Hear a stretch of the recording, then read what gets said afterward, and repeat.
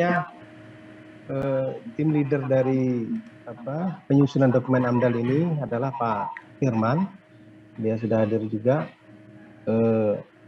Sebelum Pak Firman menyampaikan hal-hal terkait dengan dampak lingkungan dan penyusunan dokumen AMDAL, saya ingatkan kembali bahwa kemarin pada saat menyampaikan undangan dilampirkan form untuk saran, pendapat dan tanggapan secara tertulis. Mohon dapat diisi dan itu akan menjadi dokumentasi kita yang akan kita lampirkan nanti di dalam dokumen AMDAL sebagai bahan masukan di dalam pelingkupan kami. Jadi mohon diisi, nanti akan ada rekan kami yang akan mengkolek ke tempat Bapak dan Ibu sekalian. Baik, selanjutnya saya persilahkan Pak Firman, mohon disampaikan apa sih kira-kira dampak yang sudah teridentifikasi dan hal-hal terkait dengan penyusunan dokumen AMDAL ini. Silakan Pak Firman. Ya, terima kasih pimpinan rapat. Bismillahirrahmanirrahim. Assalamualaikum warahmatullahi wabarakatuh. Mohon izin pimpinan, saya off-kan videonya karena untuk memaksimalkan viewer daripada presentasi saya off-kan videonya saja dulu Pak. Baik Bapak Ibu yang kami hormati, alhamdulillah pada kesempatan ini kita hadir bersama dalam rangka penyampaian pemaparan terkait dengan rencana atau kegiatan. Nah, tadi di prolog sudah disampaikan dari Pemrakarsa terkait dengan rencana kegiatan dan atau usaha pembangunan dan pengoperasian flyover Muara Rapak Balikpapan dengan panjang kurang lebih 502 meter dengan lebar untuk kondisi fisik daripada flyover sendiri 10 meter. Perlu kita ketahui bersama bahwa pada lokasi kegiatan ini terdapat 3 kecamatan, yaitu Kecamatan Balikpapan Utara, di mana di dalamnya terdapat Kelurahan Muara Rapak, kemudian Kecamatan Balikpapan Tengah, di mana di dalamnya ada Kelurahan Karangrejo dan Kelurahan Karangjati, dan Kecamatan Balikpapan Barat, yaitu Kelurahan Baru Ilir. Baik Bapak Ibu, terkait dengan presentasi ini ada beberapa poin yang akan kami sampaikan. Salah satunya adalah nama dan alamat Pemrakarsa, tadi sudah dijelaskan juga, jenis rencana usaha dan atau kegiatan. Dalam pemaparan ini tadi sudah disampaikan secara teknis dan jelas oleh Pemrakarsa terkait dengan besaran dan rencana usaha dan atau kegiatan. Kemudian lokasi rencana usaha dan atau kegiatan. Nah, ini yang poin penekanan kita nantinya di poin kelima ini adalah poin di mana bagaimana berbicara terkait dengan dampak potensial yang akan timbul dari identifikasi awal Pemrakarsa yang melibatkan Harsa Konsultan Indonesia. Tentunya ada beberapa selain kegiatan yang akan dilakukan juga tidak terlepas juga daripada komponen lingkungan.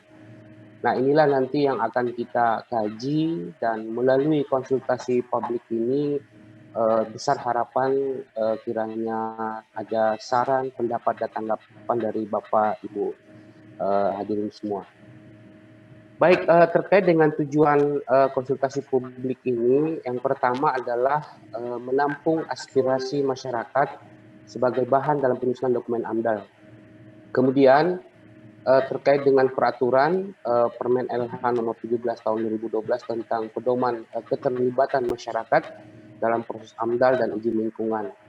Dan yang utama lagi adalah menyampaikan rencana kegiatan pembangunan, rencana kegiatan usaha pembangunan dan pengoperasian flyover Muara Rapak Balikpapan secara langsung dan transparan kepada masyarakat yang berada di sekitar rencana lokasi pembangunan.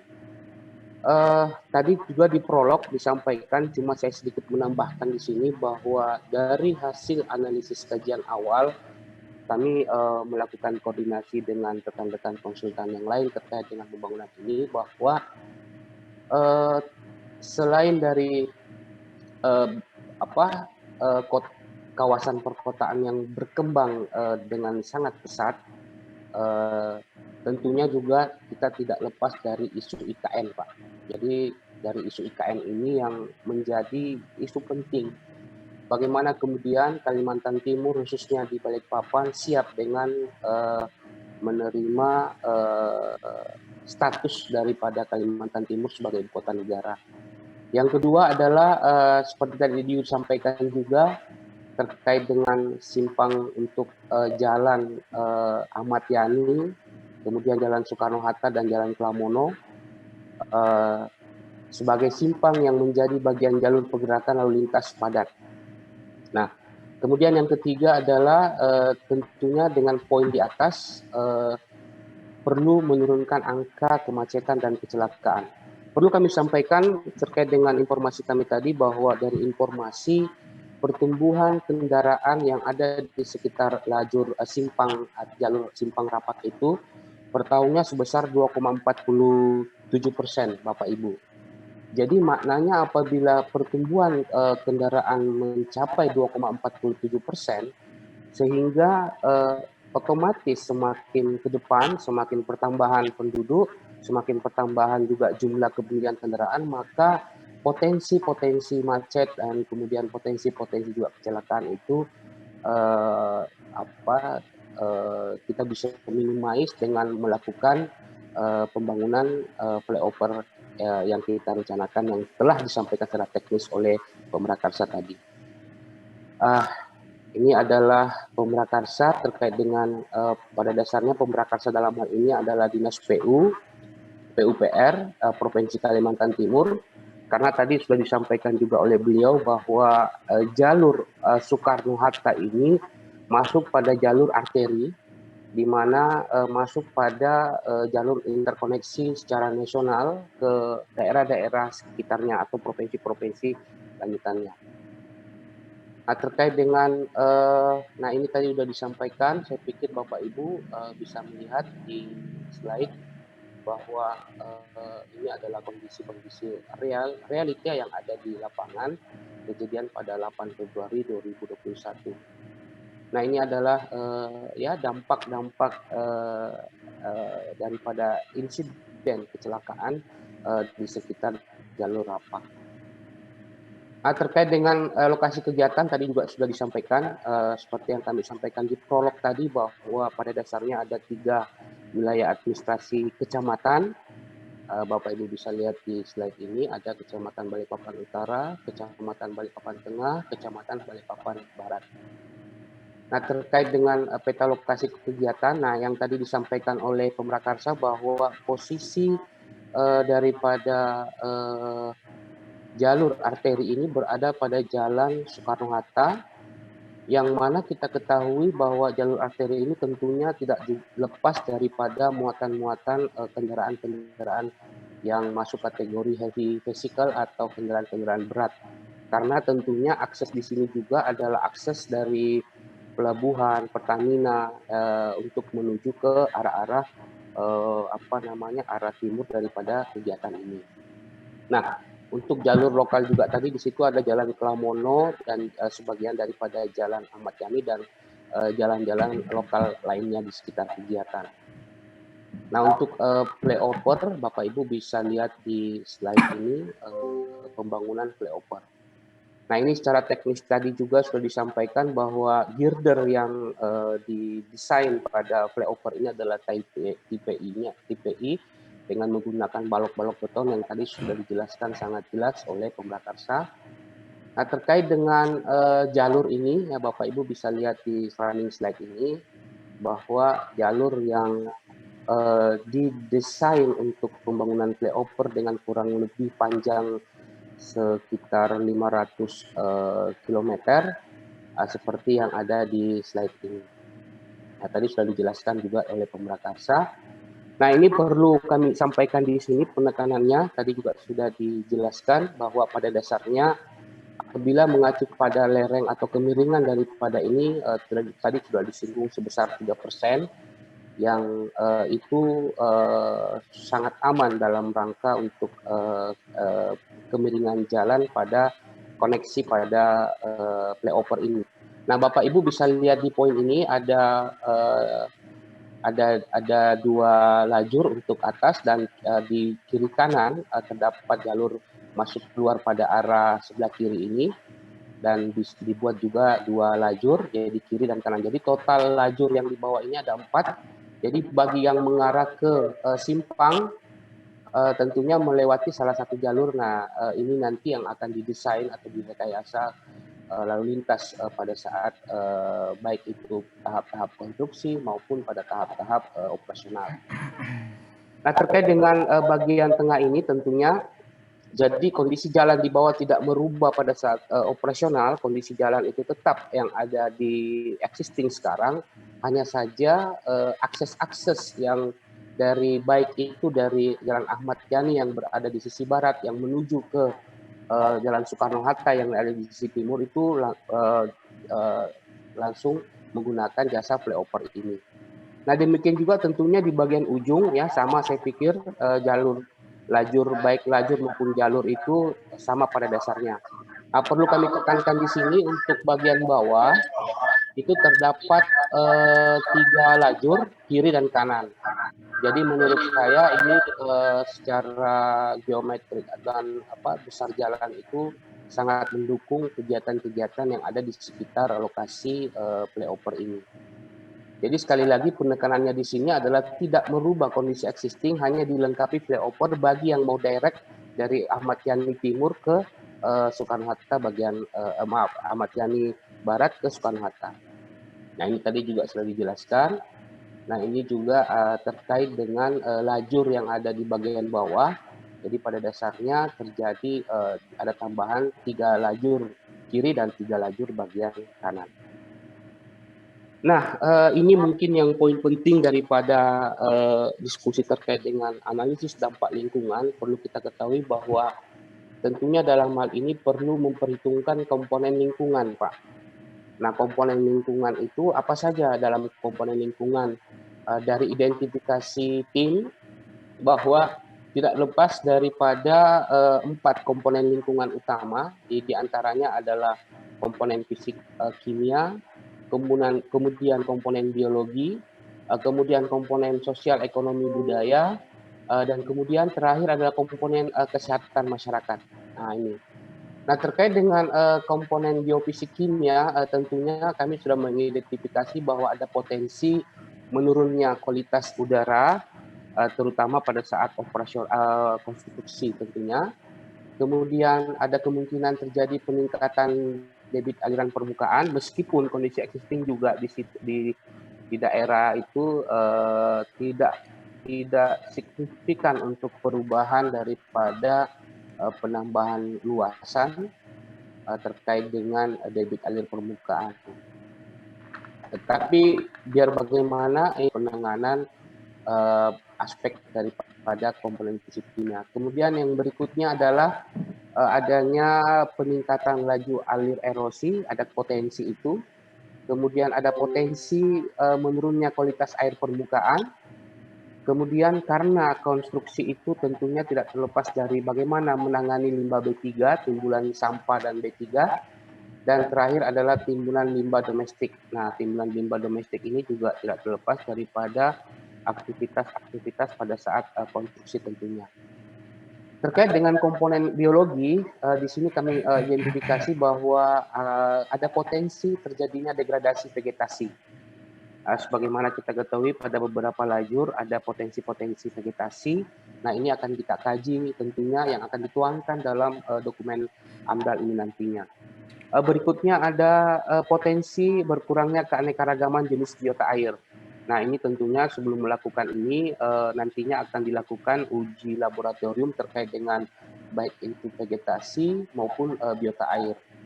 Berikutnya Bapak Ibu tidak terlepas juga daripada konflik sosial, komponen sosial. yaitu terkait dengan ekonomi dan budaya. Nah, ini sudah lazim dalam sebuah kegiatan ataupun usaha bahwa ada konflik. Nah, ini perlu kami kaji ke depan lebih mendalam terkait dengan konflik sosialnya. Kemudian potensi munculnya persepsi dan sifat negatif dari masyarakat. Kemudian dari sisi lain bahwa Bapak Ibu perlu pahami bahwa memang kegiatan itu ada dua dampak yang ditimbulkan daripada dari komponen ini, yaitu dampak negatif sendiri dan tentunya ada dampak positif sendiri. Nah, terkait dengan dampak positif ini tidak terlepas daripada terciptanya kesempatan kerja dan berusaha. Tentunya kita berharap dengan adanya kegiatan ini bahwa dampak positif yang muncul itu diantaranya adalah kesempatan kerja bagi saudara-saudara kita yang ada di sekitar kegiatan. Terkait juga dengan itu, tentunya apabila dampak positif ini ada, tidak terlepas juga dengan pendapatan masyarakat tentunya. Nah, komponen penting yang tadi sudah disampaikan oleh Pemrakarsa dalam hal ini itu adalah komponen potensi terganggunya lalu lintas. Saya pikir ini akan dikaji mendalam terkait dengan komponen ini, baik pada tahap prakonstruksi, pada tahap konstruksi, sampai pada tahap operasional. Kemudian yang terakhir terkait dengan komponen lingkungan ini ada komponen kesehatan. Nah, untuk komponen kesehatan di sini itu ada potensi meningkatnya insiden dan prevalensi penyakit ISPA. Nah, ini akan kita kaji. Kalau misalnya ternyata dari metodologi yang kita gunakan ada potensi itu, bagaimana kemudian penanganannya. Nah, terkait dengan tahapan kegiatan, kalau tadi kami diskusi atau menyampaikan terkait dengan potensi-potensi komponen-komponen lingkungan baik yang positif maupun negatif, maka berikut ini kami akan menjelaskan terkait dengan tahapan kegiatan atau komponen kegiatan yang nanti hal ini akan dikaji secara holistik, secara menyeluruh dengan menghubungkan antara komponen kegiatan dengan komponen lingkungan ini atau komponen lingkungan dengan komponen kegiatan ini. Nah, untuk kegiatan prakonstruksi Bapak Ibu bisa lihat di sini setelah kami mengidentifikasi ada beberapa poin itu. Pertama adalah pada tahap prakonstruksi. Pada tahap prakonstruksi itu akan dilakukan lebih detail lagi terkait dengan sosialisasi, rencana usaha dan atau kegiatan. Kemudian tentunya tidak terlepas juga mobilisasi tenaga kerja konstruksi, karena tentunya tidak terlepas dengan keberadaan daripada penyerapan tenaga kerja, sehingga itu juga tentunya akan berdampak kepada lingkungan di sekitarnya. Yang poin lanjut itu adalah terkait dengan prakonstruksi ini adalah mobilisasi alat dan material. Nah, untuk tahap konstruksi, nah ini ada beberapa poin yang kami identifikasi yang potensi berdampak, baik itu positif maupun negatif, yaitu adalah pembangunan dan operasional base camp. Kemudian penyiapan tapak proyek, kemudian pembangunan atau pembuatan flyover itu sendiri dengan bentangan yang tadi sudah dijelaskan, dan metode-metode yang digunakan. Kemudian beberapa pekerjaan yang sifatnya minor, kemudian aktivitas perbaikan dan pemeliharaan kendaraan alat berat. Berikutnya setelah dinyatakan selesai, tidak terlepas juga demobilisasi daripada alat dan material. Nah, untuk tahap terakhir atau tahap operasi itu ada potensi ada komponen kegiatan itu pengoperasian flyover. Dan terakhir adalah tentunya tidak terlepas daripada pemeliharaan flyover sendiri. Nah, dari komponen yang kami jelaskan tadi terkait dengan potensi-potensi lingkungan yang berdampak negatif dan positif, kemudian unsur-unsur atau komponen-komponen kegiatan, nah dalam hal ini ke depan untuk membuat dokumen lingkungan ini tentunya tidak terlepas daripada dua komponen tadi, komponen lingkungan maupun komponen kegiatan. Nah, dari komponen kegiatan itu kita akan konversi kepada dalam tahap kegiatan yang selanjutnya akan dihubungkan pada komponen kegiatan.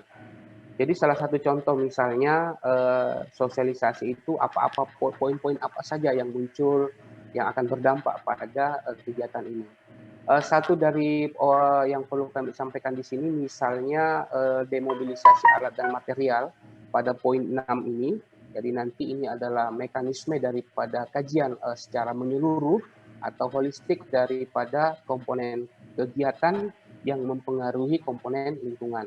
Nah, kita bisa melihat pada komponen nomor 6 ini poin-poin apa saja yang akan terdampak pada lingkungan sekitar. Baik itu bicara fisik kimia, baik itu juga bicara biologi maupun sosial serta terkait ada kesehatan masyarakat. Nah, ini adalah kajian yang akan dimunculkan dalam kegiatan ini.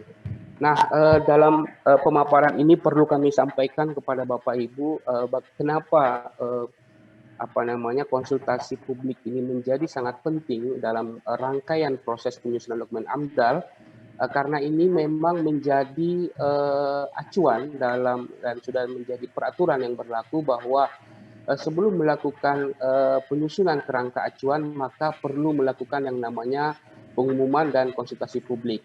Mungkin saya sedikit menjelaskan terkait dengan ini. Nah, nantinya juga mungkin dengan koordinasi Pemrakarsa, kemudian koordinasi dengan DLH Kabupaten Kota Balikpapan, tentunya menetapkan dari tokoh masyarakat atau pimpinan Muspida atau tokoh masyarakat yang lebih utama untuk dilibatkan dalam penilaian komisi nantinya. Nah, ini adalah urutannya. Nah, kemudian setelah konsultasi publik, kemudian pengumuman dilakukan penyusunan kerangka acuan, berikutnya pengajuan penilaian kerangka acuan, kemudian dilakukan kegiatan berikutnya terkait dengan penilaian komisi kerangka acuan, penilaian kerangka acuan oleh tim teknis tentunya. Ini melibatkan unsur-unsur yang terkait, salah satunya adalah mungkin yang paling erat hubungannya terkait dengan lalu lintas adalah Dinas Perhubungan tentunya. Kemudian penerbitan persetujuan KA oleh Ketua KPA, yang berikutnya akan dilanjutkan. Jadi setelah mengkaji potensi-potensi apa yang muncul yang dimasukkan dalam dokumen kerangka acuan, maka akan dilanjutkan dalam dokumen penyusun AMDAL dan RKL-RPL. Maksud daripada kegiatan ini adalah menyusun dokumen lebih rinci dan detail terkait dengan analisis dampak lingkungan yang terjadi. Tadi kita sudah mendeteksi potensi-potensi apa yang akan terjadi, kemudian bagaimana memantau dan bagaimana mengelola, kemudian bagaimana memantau, dan terakhir bagaimana pelaporan kepada instansi-instansi yang terkait. Nah, ini selanjutnya terkait dengan dokumen ini kami skip saja karena ini memang belum kita lakukan.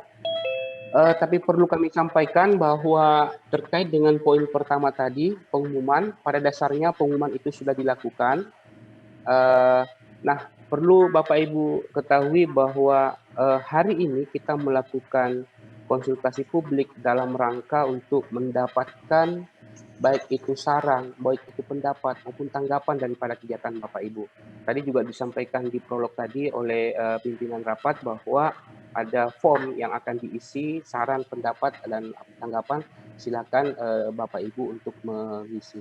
Nah, perlu kami sampaikan bahwa terkait dengan pengumuman, itu sudah dilakukan oleh tim konsultan melakukan pemasangan papan pengumuman atau pengumuman di beberapa tempat, tentunya di kantor kecamatan.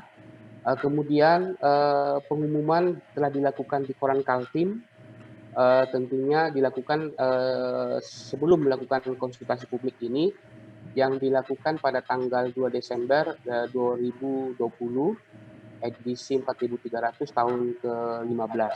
Jadi sudah dimuat dalam koran.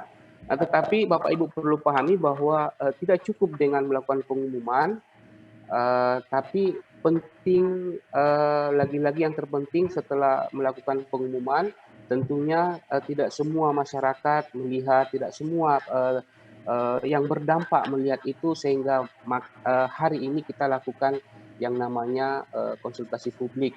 Nah, besar harapan kiranya ada saran, pendapat, tanggapan dari Bapak Ibu yang hadir, unsur-unsur Muspida, tokoh-tokoh masyarakat, Bapak Camat, dan Bapak Lurah. Saya pikir demikian yang bisa kami sampaikan terkait dengan rencana penyusunan dokumen AMDAL ini. dan salah satu kegiatan konsultasi publik. Untuk itu saya serahkan kembali kepada pimpinan rapat. Terima kasih atas segala perhatian. Mohon maaf atas kekurangan. Billahi taufiq wal hidayah. Assalamualaikum warahmatullahi wabarakatuh. Waalaikumsalam warahmatullahi wabarakatuh. Terima kasih Pak Firman, panjang lebar sudah disampaikan, dijelaskan terkait dengan materi daripada acara kita hari ini, yaitu konsultasi publik AMDAL dalam rangka penyusunan AMDAL pembangunan flyover Murarapak Balikpapan. Baik, Bapak dan Ibu sekalian, selanjutnya kami mohon tanggapan dari Bapak dan Ibu sekalian. Kami ada mengundang, di dalam daftar undangan kami ada 23 undangan. Yang pertama saya mohon dengan hormat kepada Bapak Camat. Pak Camat kita ada 3 hari ini. Saya mulai dari Bapak Camat Balikpapan Utara. Pak, mohon tanggapan, mohon saran, mohon pendapat dari Bapak terkait pembangunan flyover Balikpapan ini. Kami persilahkan Pak Camat. Apa? Mam? Satu harus jelas sosialisasinya buat masyarakat. Ini dampak dari pembangunan. Apa ini? Untuk wilayahnya sosialisasi sama. Nah, untuk wilayah Pak Camat Balikpapan Utara. Ada siapa? Hadir, silakan Pak. Kenapa?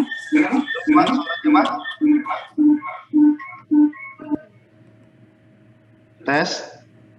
Silakan Pak. Jelas suaranya Pak ya? Jelas. Baik, terima kasih atas kesempatan yang diberikan. Bismillahirrahmanirrahim. Assalamualaikum warahmatullahi wabarakatuh. Waalaikumsalam warahmatullahi wabarakatuh. Saya hormati pimpinan rapat, Bapak Ibu sekalian, peserta rapat yang saya hormati, dari Kecamatan Balikpapan Utara, itu ada beberapa yang ingin kami sampaikan. Yang pertama adalah dengan rencana dibangunnya flyover ini yang berada di Murarapak ini tentu sangat mendukung sekali terkait dengan kelancaran transportasi untuk mengurangi kepadatan pada jam-jam sibuk. Kemudian yang paling penting juga saya sampaikan untuk mengurangi risiko kecelakaan lalu lintas yang selama ini sering terjadi. Kemudian juga ini untuk pembangunan ini untuk mendukung dengan ibu kota negara yang memang Kecamatan Balikpapan Utara ini perbatasan langsung dengan IKN. Kemudian yang kedua, ini perlu kami sampaikan adalah ini kan yang hadir di peserta rapat ini perwakilan setiap kelurahan itu 5 ya.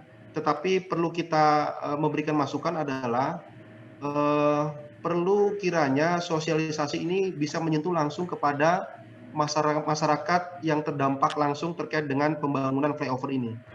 Gitu. Jadi kalau di sisi utara itu mulai dari Polsek sampai di MTS. Kemudian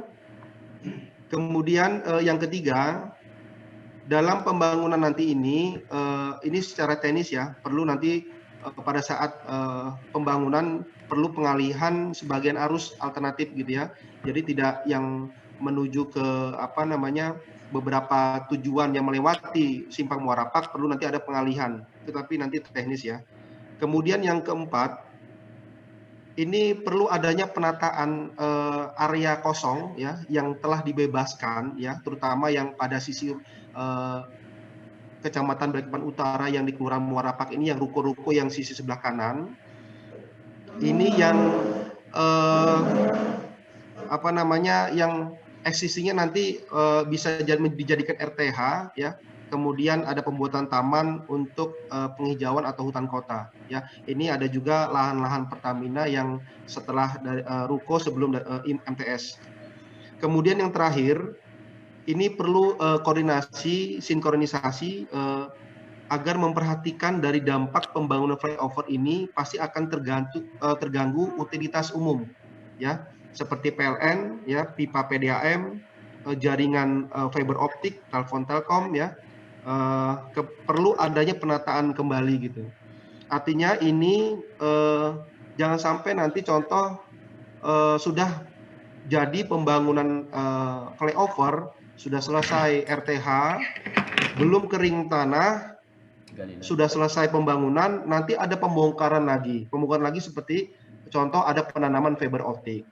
Artinya perlu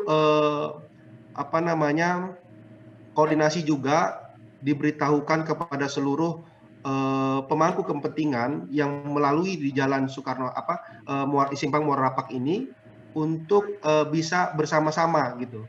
Artinya jangan sampai nanti pembangunan selesai ada lagi nanti pembangunan pipa PDAM misalkan atau jaringan fiber optik. Nah, itu harus dikoordinasikan.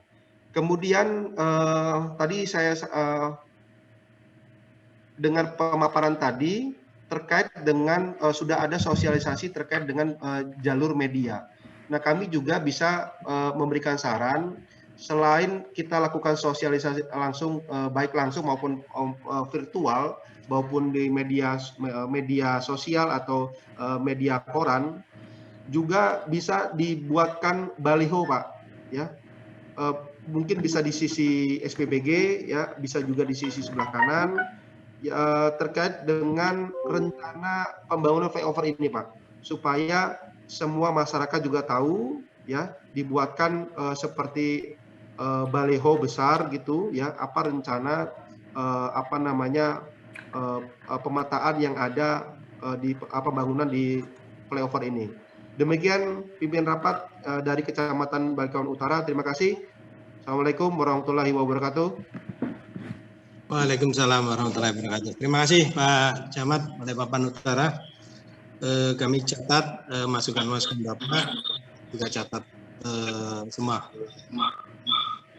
Selanjutnya saya persilakan dari Camat Balikpapan Tengah. Pak Camat Balikpapan Tengah siapa ya? Ada?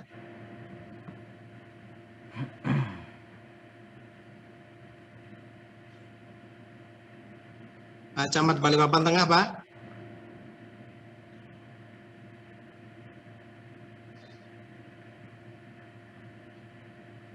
Sudah hadir, Pak? Pak Camat Balikpapan Tengah. Hadir. Halo. Ya, Pak, hadir. Silakan, Pak. Ya. Terima kasih, Pak, atas kesempatan